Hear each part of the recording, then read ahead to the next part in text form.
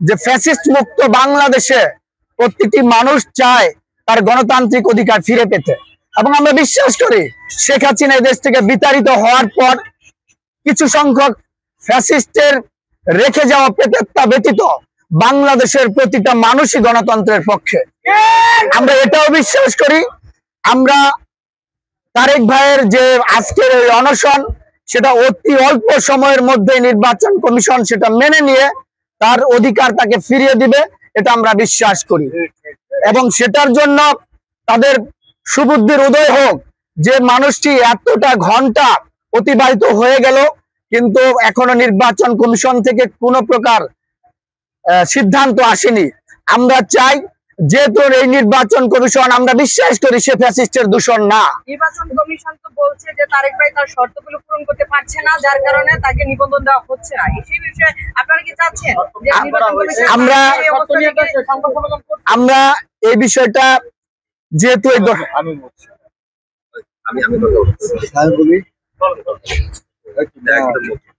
আপনার প্রশ্নটা কি?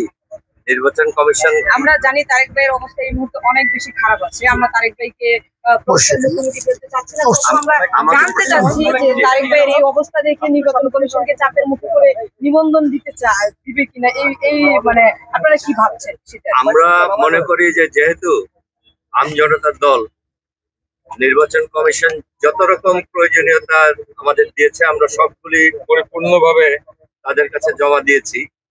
কাজেই তাদের উচিত আমাদের প্রতি সুবিচার করা। তারা এখন যেটা করছেন সেটা একদম সম্পূর্ণ অসম্পূর্ণ একটা তদন্তের ফলাফলের উপরে তারা কারো দ্বারা নির্দেশিত হয়ে আমাদের সাথে করছেন বলে আমরা মনে করি।